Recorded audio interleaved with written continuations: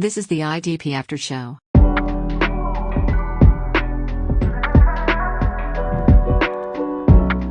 Hello and welcome to the Week 18 IDP preview episode on the IDP After Show with me, Jase Abbey. Now, for most of us, this is the week we are either basking in the glory of winning a fantasy championship or licking our wounds after falling short.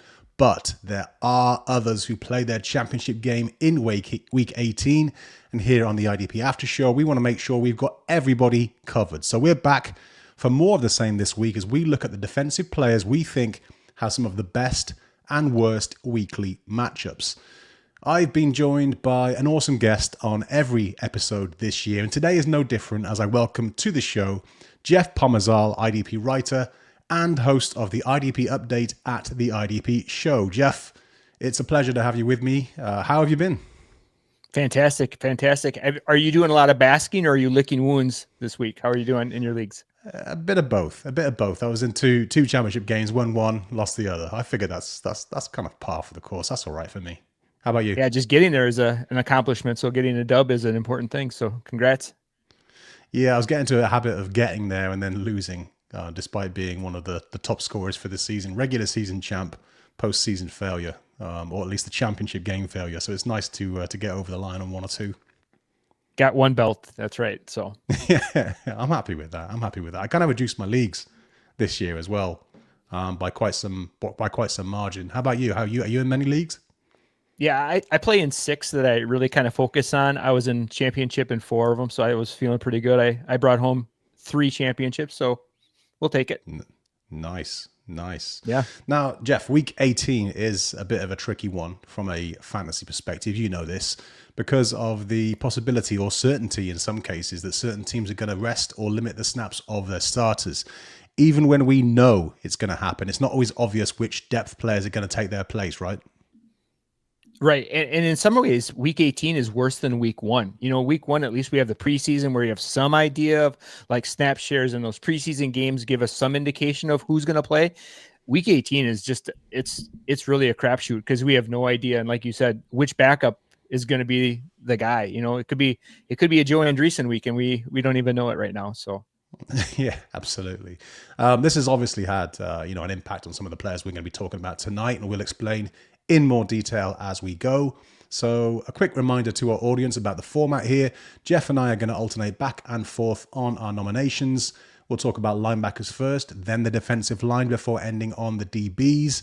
And Jeff, as my guest, I'm letting you go first. So please tell me which linebacker you think can come up big in week 18. Yeah, and like you mentioned, Jase, there's a few teams that are still trying to play for something, you know, and so those are the players probably to be targeting here, that they're going to play a significant snap share. And for me, one of the players that I really like this week is linebacker Kaden Elliss of the Atlanta Falcons. The Falcons need to win to hold their playoff spot. They're in a great position to do that. They're playing against the Carolina Panthers, but Carolina has been playing much better as of late. They've been very competitive in games. They've only lost a handful of them by less than 3. And so Bryce Young, it looks like he's kind of taking the steps to being that franchise quarterback that the team drafted him to be. And with that said, Carolina hasn't been a great team for opposing linebackers over the course of the season. But if we look at the last 3 games, they're giving over 17 tackles a game to opposing linebackers, which is better than league average.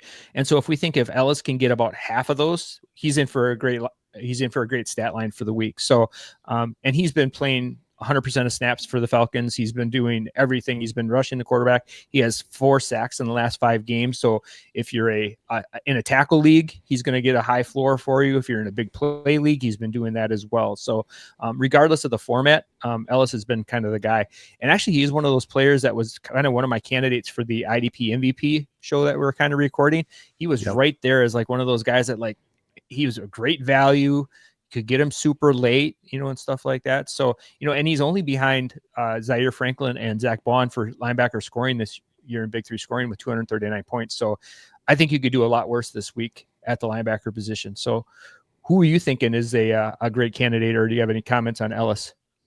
Yeah, Ellis, the good thing with him, unlike some of those other off-ball linebackers who have spent a lot of time rushing the pass, I like the Frankie Louvu types, the Matt Wilson types, is that this year, Ellis' tackle rate has been good. I was looking at it there as you were as you were introing him. He's currently sitting at 13.2%, ranks 43rd out of 123 linebackers who have played a minimum of 100 snaps. And that puts him right up there with Fred Warner and ahead of guys like Jack Campbell. He's got a career high in tackles, has more sacks than last year, despite playing fewer snaps. As you said, this year it's been a great year for him. So I'm not surprised he was on your short list of MVP candidates on the IDP side. So yeah, good shout. But my choice, Blake Cashman here. The Vikings, they need to win versus the Lions to secure that number 1 seed, and the Lions are, they're clearly good enough to keep this competitive. Cashman is the only every down linebacker on the Vikings, even with Pace Jr. back in the mix again. And that, I think, should remain the case in what's going to be a competitive matchup against an opponent who also have it all to play for, right? So, Cashman's 11.9% tackle efficiency isn't amazing. It ranks 80th out of 123 linebackers, but, he's been on fire lately. 9.4 tackles in his last 5 games per game. And over the last month, the Lions have, they've kind of been a more favorable matchup for opposition linebackers in terms of tackle volume than they were earlier in the season.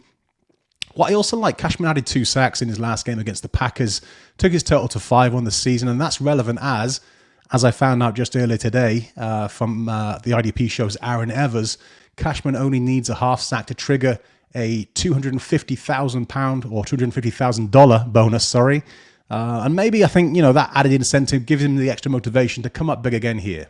What's your thoughts on that one? I love the matchup. Dan Campbell is one of those coaches that's going to run the ball regardless. He's going to give his offense more opportunities. They go for it on 4th down more than any team. So you're just going to see those really short yardage plays right where Cashman's going to be at to maybe pick up an extra tackle or 2 in those types of situations. So, I think this is a premium matchup for a premium player that's going to, like you said, it's a must win for both teams. So they're going to go all out to win this one. So I like that call a lot, even if he's going to get 250 pounds or 250,000. So whatever he's going to get paid in. So I bet he was wishing it was 250,000 pounds. It's obviously worth more, but hey, that's the UK side of me coming out there. So who's your dislike? Who's your linebacker dislike, and why? And this was a really hard one to put down because he was one of my final 2 candidates for the IDP MVP is Zack Baun. I love Zack Baun. He was on many of my championship teams this season. Just like Elliss, he was a great return on investment. Literally, he was probably free in many leagues to start the season. We didn't really even see this coming just because he wasn't used this way when he was in New Orleans. He didn't play anywhere near the role that he played this year in Philadelphia, and he just kind of blew up, and then he became just behind Zaire Franklin as the best scoring linebacker in the league. I don't like him this week, though, because Philly's playing for nothing. They have nothing to gain by playing in this game. They even didn't have Saquon Barkley go for a chance to set the NFL rushing record against his former team. You couldn't have scripted this any better in the preseason. And here we are in a chance for Saquon Barkley to break the rushing record against his former team, and they're benching him. So, and I get it. They're playing the long game. They're trying to win the Super Bowl. They're not just trying to win 18 or set any records. But not only that, Baun kind of slowed down over the last couple of weeks. He's only had 2 or 3 tackles, or sorry, let me try that again. He's only had 7 or fewer tackles in 2 of the last 3 games. So he's kind of slowed down in that department. He's only had 1 big splash play, and that was a forced fumble. And so I think maybe it has to do with him not being used to playing a full complement of snaps. Before this season, his most snaps he's ever played was 303. And already this season, he's played 938 snaps. So he's blown his snap percentage out of the water. And so by doing that, maybe he just needs he's probably getting tired. He needs some rest and stuff like that heading into the playoffs. So we already saw this last week. He already played a decreased role already. Nakobe Dean was dinged up. So we saw a lot more Jeremiah Trotter playing. We saw Oren Burks start to come out a little bit more. So I'm really seeing this as a no-fly zone for Zack Baun this week. So what are your thoughts on no Baun? Yeah, no Baun. And just to kind of preface this, I was a Baun detractor. I've got to hold my hands up and say that, I didn't think that he'd become the player that he has this year. And not only has he been productive, but if you follow the PFF grades, if you watch him play, he's impactful, right? He's surprised the hell out of me this year, and I'm happy to see it, and I'm happy to be wrong. Yep. I also considered bringing up Baun or Dean in this spot as well. You know, I mean, despite the, slowing down, despite the crappy matchup in terms of the Giants, in terms of their tackle production for opposition linebackers, the big red flag, and really the only thing that matters, because it's the overriding factor in all of this, is that he's going to be limited or rested completely, right? So for that reason alone, he's an easy fade for me this week. Yeah. And like you said earlier, that's why we don't play Week 18 championships. So you have your best player and you're not even going to get to use them. So yeah, it's got to sting a little bit for any born managers out there, hasn't it, I guess? But hey. So who's your dislike this week? Yeah, Christian Rozeboom, and it's again, I think he's best avoided for much the same reason, really. We do got to say some nice things about him first, right? And it's only right to. We do like that he's become, a bit of a waiver wire star for us this year. Like Baun, kind of came from nowhere. Didn't expect him to have the role he's had. Really picked up steam after the Ernest Jones trade, I guess, which was, I think, just before the season started. And then obviously Troy Reader got injured, which helped him even more. I was looking at this earlier, and from week 9 onwards, the only linebackers with more combined tackles are Jordan Brooks, Zack Baun, and Dayan Henley. But, and it's a big but, unfortunately for Rozeboom's fantasy managers, it looks like the Rams will be resting key starters for this game. They could improve their seeding, but when asked about his approach to this game, McVay spoke about the season taking its toll and the importance of keeping starters refreshed and rejuvenated. So for me, it would be no surprise to see the Rams do with Rozeboom what they did with Ernest Jones last year and sit him for this one. Yeah, I know that the Rams are in a situation where they've already clinched the playoff spot, but they could maybe be the 3 seed if Tampa Bay loses and stuff like that. So, but it's one of those situations where you're playing the what if game, and if you're playing a Week 18 championship, you already have a lot of ifs already. You don't need to add another what if to this. So I'm with you on this call about, pivoting off of Rozeboom, maybe like an Omar Spates, who's going to be looking at more snaps because of getting some, getting a little more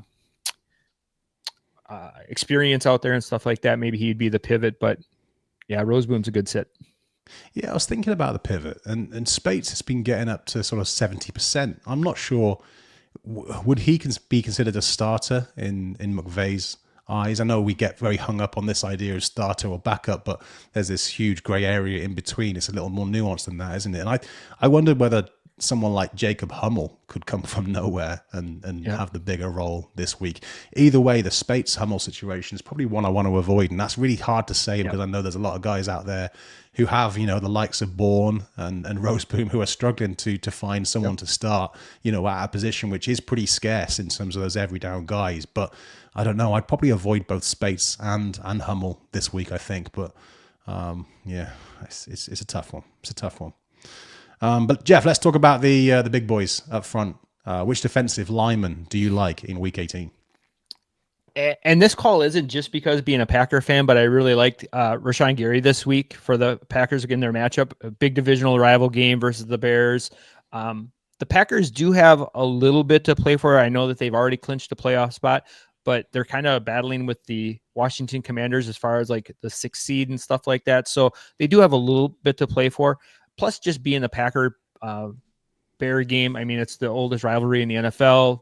It's one of the big games, the premier games every season for the fans. It's at home in Green Bay, so that's going to be an add to it.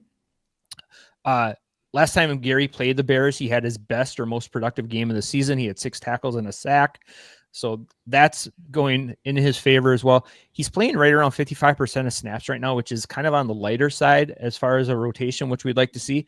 But what it does, though, is they have 6 guys right now in Green Bay that they're rotating, and it keeps them really fresh, and they're coming after the quarterback each and every play.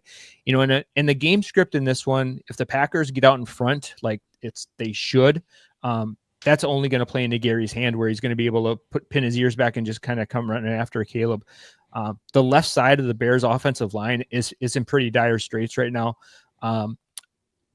Larry Barham has played 6 games at left tackle, and he's given up 6 sacks. The left guard, Jake Curran, isn't much better. When we look at their PFF grades, they're a beautiful shade of orange, which is not a great color to have in their PFF scoring. So, all it takes is one play for Gary to be a game changer and stuff like that. And so not only is it a home game, it's a divisional game. they're playing for something, and he's had success this season already against them. So let's fire him up. Let's go. So yeah. your thoughts on Gary? Or yeah, I do have a few. I mean, I know he's been disappointing this year, hasn't he? I think, I'm saying this to a Packers fan. I'm very mindful of that. But compared to what he's done in previous years, even you have got to admit he's not been the player we want him to be. But I'm glad you brought him up and in this spot, because he was a guy I was thinking of too. As you said, his matchup's really tasty. And he spends a little more time on that left edge, and that does change a little bit from 1 week to the next. But just of late, he's been a little bit more on that left edge, which means he's going to be up against, I guess, Darnell Wright, who is better than Braxton Jones's replacement, Larry Borum. But the way, Williams is still holding onto the ball too long, 3 seconds or more, I think Gary has a chance to make an impact here, like he did, like you say, against the Bears earlier in the year. So, yeah, I've been targeting these defensive linemen against the Bears all year, and it hasn't really failed me yet. So this is a good call. Yep, keep going back to the well, right? If it's not broke, don't fix it. So yeah, 7 sacks was it last week? It hasn't really changed, and I'm not crapping on Williams. He's a first year quarterback. I'm sure he'll get it together at some point. Well, I'm not sure, but I'm confident he will at some point. He's shown enough promise, but yeah, it hasn't changed over the course of the season. Why will it change now? Gary has been disappointing, but this is a great matchup. Yeah, I like it. So who do you got as a like? Yeah, Alex Highsmith. And I mulled over this one for a while before settling on Highsmith. And in some ways, for different reasons to Gary, it hasn't been the year we wanted from Highsmith. He started a little bit slowly. I think it was 1 sack in his first 4. Then he missed 6 games between week 4 and week 13. But when he has been healthy, and especially towards the end of the season, he's been excellent, right? His 15.6% pressure rate ranks 9th amongst all edge rushers, and he's got 5 sacks in his last 6 games. I was a little bit worried about what his snap share, what the division of snap share might be like at that edge position for the Steelers. We knew what would be the guy, when we saw Nick Herbig emerge, and I think he's got a future in this league, right? But last week against the Chiefs, was it? I think it was the Chiefs. Highsmith had the lead at the position, 84% snap share.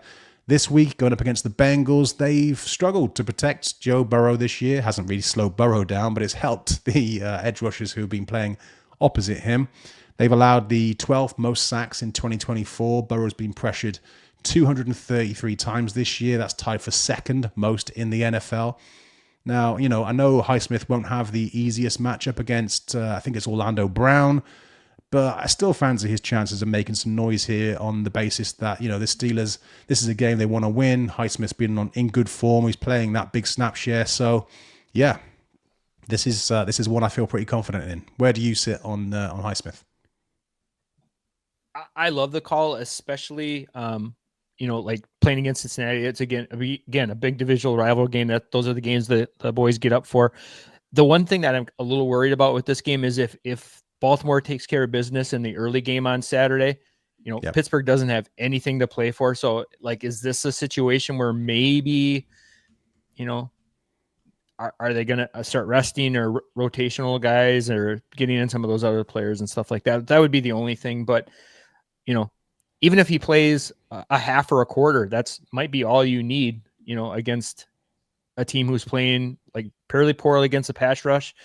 Cincinnati's going to throw the ball. I don't know how Chase Brown's situation is, if he's hurt and dinged up, but if he is, that's even more reason that Burrow is going to be throwing the ball and stuff like that. So when we've seen a lot of sacks come out from that rotation. So no reason to stop now. No, and it's a good point you mentioned about that earlier game. Yeah, that could have a big bearing on this one. So yeah, good shout. The dislikes then at the DL position. Who you got here? Yeah, it's kind of been the theme of the night with this episode. It's who's going to be playing and do they have something to play for? And one player that doesn't have a lot to play for, the team that can improve their or playoff position is the Houston Texans. And for that reason, I'm kind of out on Danielle Hunter. Houston is locked in at the 4 seed right now. They can't improve. They can't drop down any. Hunter's been kind of quiet the last 4 games. He's only had 9 tackles and a sack over the last 4 games. He did have a pretty huge game last time they played Tennessee. Will Levis is back under center, so that there's going to be a new meme coming out probably within the next 48 hours with a Will Levis, something he's going to do. And maybe it's because of Danielle Hunter. But I could also see this be a situation where the Texans don't play their starters. I think there was a couple of messages going around today about CJ Stroud not even playing a half or a quarter of the game. So I can't imagine if Stroud isn't going to play that they're going to risk putting any of their defensive studs out there as well. They just don't have anything to play for. We started to see some of this, I think, in week 17. He only played 32 snaps, was his lowest snap total of the season. Maybe it's just kind of giving them that veteran like rest before the playoffs. You know that he's going to be able to play. You know that he knows what he's doing. He doesn't need the reps. So, limited snaps, not seeing the Hunter-like numbers we've seen in the last seasons from him, and the last 4 games have been kind of down. Gives me a little hesitation on this one. So for that reason, I'm going to probably pass on Danielle Hunter this week. So thoughts on that? Yeah, it's a shame really, because it's otherwise it'd be a really nice matchup for Hunter at any other point in the season, right? The Titans. But as you mentioned, D'Amico Ryan's comments were a bit worrying. He said, everybody has to be ready to go, and then we'll see how the game goes.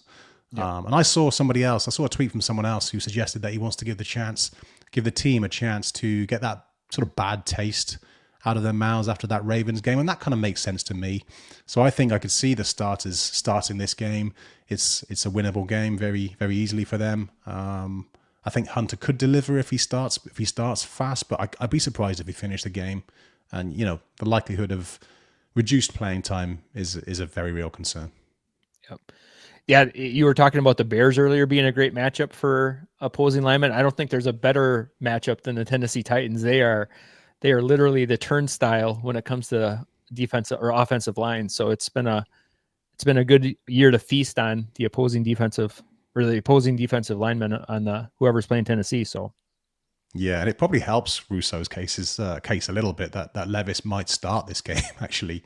Yep. And then Rudolph comes in because, as poor as that Titans offensive line has been, it has been Levis that's been part of the problem there over Rudolph. So, but my guy, I think Greg Rousseau has got to be the guy for me here, and I've brought him up at several points on this show. Sometimes talking for, sometimes talking against, and it's a shame to mention him in this spot. He's had an impressive year.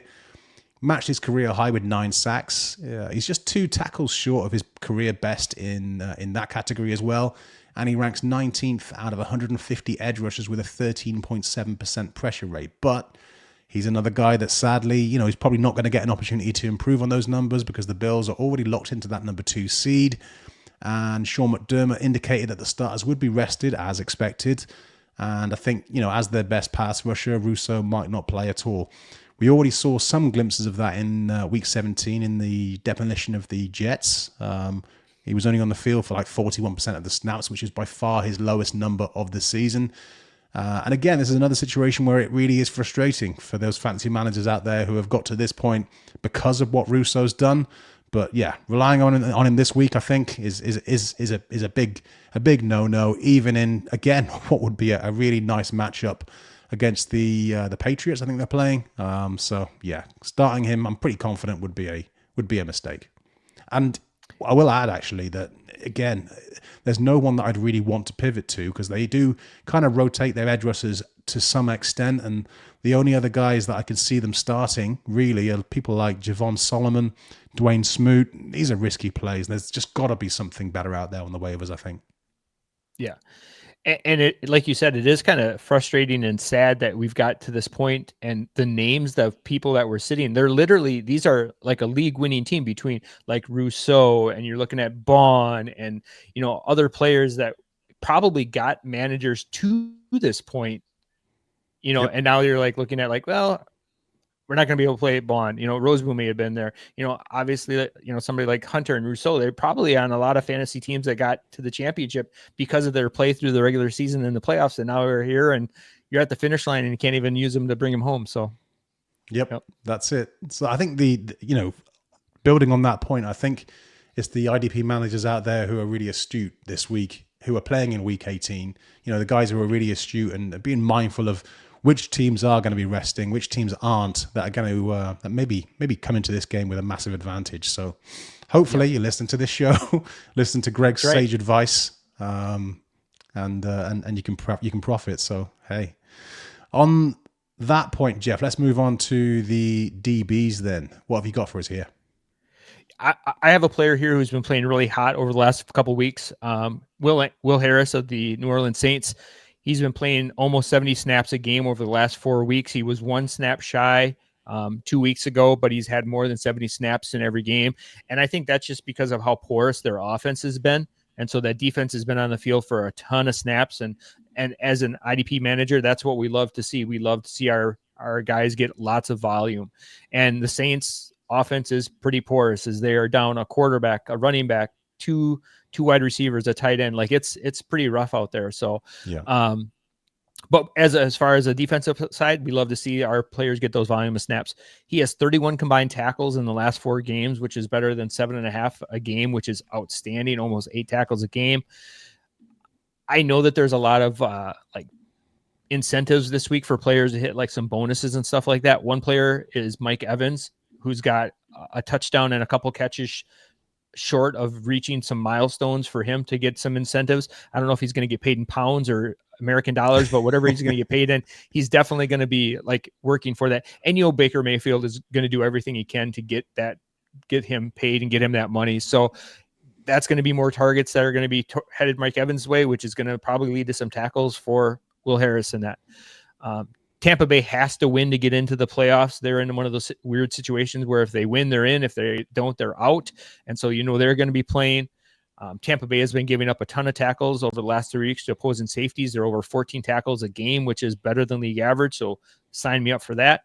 And here we're looking at the game script. Even if Tampa Bay gets out to an early lead and they start running the ball late, Will Harris has played more than 50% of his snaps in the box over the last 4 weeks. So that's what we love to see. Those box snaps lead to higher floors of tackles. And, all those reasons are just reasons that Harris has been kind of a great waiver wire ad over the last couple of weeks. So if you got him, you're playing him. And I'm thinking you're going to be pretty happy with the outcome.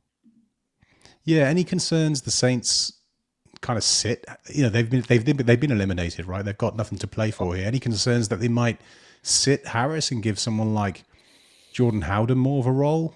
I was looking earlier on. Harris is a free agent this offseason. Howden isn't. What's your thoughts on that? Howden been a younger guy. I think they've been eliminated since like week 3, so I don't know if they've really had a chance. So, and they're still out there, they're still out there playing. A lot of these guys maybe are trying to audition for another team or to get another contract. So I think if Harris is willing and able to play, I think he's going to be out there because maybe he can improve his situation, get on a different team next year or put some tape together for a team. So I haven't seen anything in the box scores or snap shares that indicate him sitting. We've mentioned a couple players who we saw a down week 17, so they're kind of trending that way. But with a player like Harris, he's been very consistent, playing 100% of snaps in the last 4 games. So, definitely could be an option. Could get burned that way. But, all we can do is look at the data, what we have, and kind of make the best informed decision we can. And right now, Harris is going to be one of those guys for me.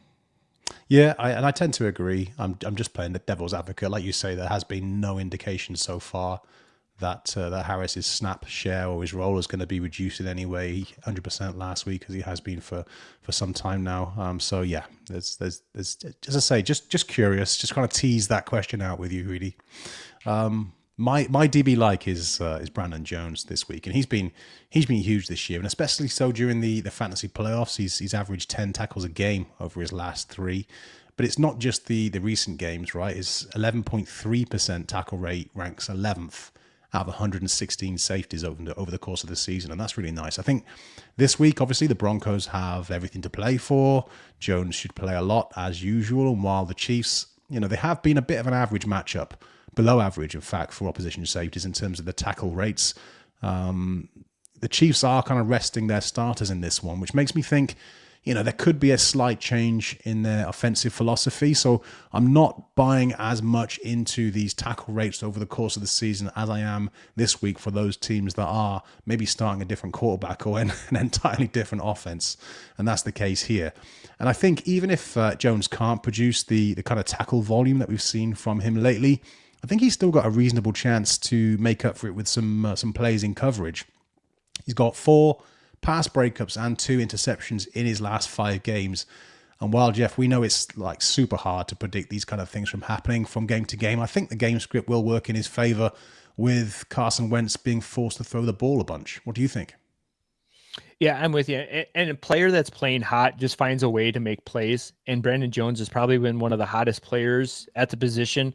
Like you mentioned, especially over the last couple of weeks during the fantasy playoffs, like he is at or near the top of the box scores every single week, not only on his team, but across the league. So I think he's just one of those players that's, when you're kind of on a heater, you don't leave the table. And Brandon Jones is kind of one of those players right now. Like he's kind of on a heater. He's playing really good football. He's healthy for a change. I know that was a big deal with him in Miami. He's healthy. He's comfortable in his role in the defense. And, when Alex Singleton went down, this defense was kind of looking for somebody to step up, and Jones was kind of that guy that stepped up to be the leader of that team. It wasn't going to be Cody Barton. So, definitely a strong play here. So I like this call a lot. And I do like the narrative too about the offense changing. Kansas City is still going to run the ball. They're still going to pass the ball, and they're still going to provide opportunities. And Jones is just as good a chance to put up stats against him, Carson Wentz, as he does against Patrick Mahomes. So, So who are our DB fades? Kick us off. Yeah, and this one hurts. This one hurts a lot. Again, another player that probably got many managers to the championships is going to be Kyle Hamilton of the Baltimore Ravens, and this has everything to do with the matchup and the situation here. I love Kyle Hamilton as a player. I think he lost a little luster for me this season as a fantasy asset, though. I was really in on him to start the season, but he's just one of those cases where he's probably a real life better football player than he is a fantasy player at this point. He hasn't had a game of 15 or more points in Big Three scoring since week 9.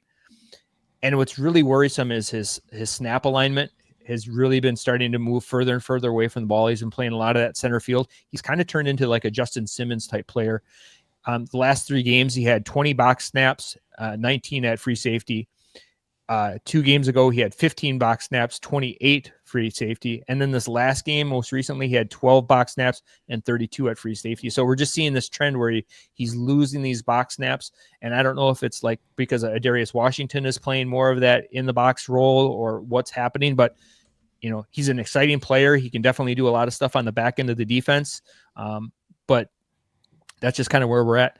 On top of that, when he's been given opportunities, he's missed 16 tackles this season, which is very un-Hamilton-like. That's a lot of opportunities. In some leagues, that's 32 extra points that he's just given up and stuff like that. So 2 or 3 points a week, that's a huge thing. Again, love Hamilton as a player, but I just think this game script is one that can get out of hand really quickly. I think the Ravens are favored by 14 or 15, which is like an absurd spread.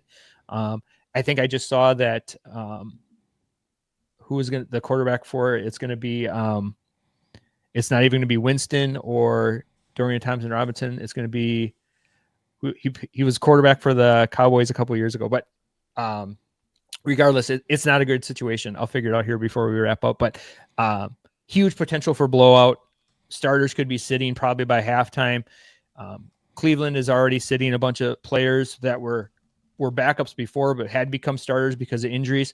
So just kind of what kind of quality of football are we going to see in this game on Saturday? This could be a really big blowout already. Cleveland was a bottom 7 option for safeties before that at 11.3 tackles per game. I can't imagine that's going to improve with any of these players rolling out there. So thoughts on Hamilton this week or this season for you? Yeah, I don't mind him this season. I know he's been a bit ropey lately. Like you say, the alignment hasn't been perfect. Bailey Zappi, I think it was the Bailey. Yes, thank you. Of, yeah. Yep. But I think we either need the Browns to surprise everyone, or we need Hamilton to get off to a fast start before the Ravens build what we assume will be a big early lead, and then he's pulled out for a backup. I mean, we love Hamilton and IDP, of course, still, or I certainly do anyway. I'm not really too concerned about what we've seen over the course of the last month. I know it's come at the worst time possible for IDP managers. But like you, I am worried that he disappoints this week for the reasons you mentioned. So, yeah, if you're going to fade him any week of the season, this seems to be the week to do it, I think.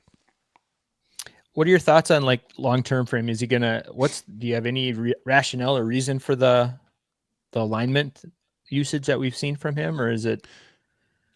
No, not really. I mean, like you say, it has been playing more deep safety. I don't think Washington's been taking the box snaps. He's still been playing predominantly deep as well. So I suppose it is a little concerning, but it wouldn't concern me too much going into next season. That the missed tackle rate has gone up a little bit, but it's not alarmingly high. It's like 14 point something percent. So I'm not massively concerned about Hamilton.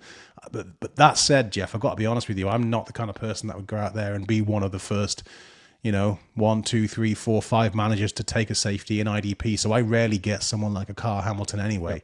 It doesn't really change anything for me personally. It might change where he figures in my rankings relative to other safeties, but for me, safety is ranked far below any other position anyway. And I'm never one of the guys that gets like, I'll never get Buddha Baker next year, for example. I'll never get Nick Cross. I won't get Quinton Lake. Those sort of guys, they'll go way before I take them. Yeah. Who's another player you're not going to get this week? Yeah, CJ Gardner-Johnson for me this week. And then, we mentioned earlier when we were talking about Baun, the Eagles were kind of already locked into that number 2 spot. Nick Sirianni's already talked about resting starters on the offensive side, and it seemed a safe assumption that approach will kind of extend to the defensive stars too. Now, I know Gardner-Johnson hasn't been on the IDP radar for much of the season, hasn't had the tackling efficiency we wanted from our fantasy DBs this year, but he has produced big plays when most needed, most notably during the fantasy playoffs, 4 interceptions in his last 4 games.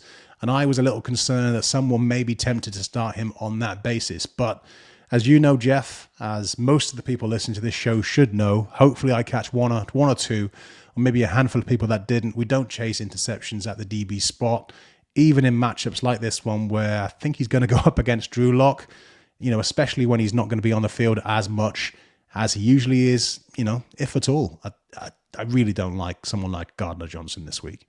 And again, if you've got a pivot to another Eagles safety, maybe like a Sidney Brown, Tristan McCollum, it's hard to say. Brown, I'm fairly confident in.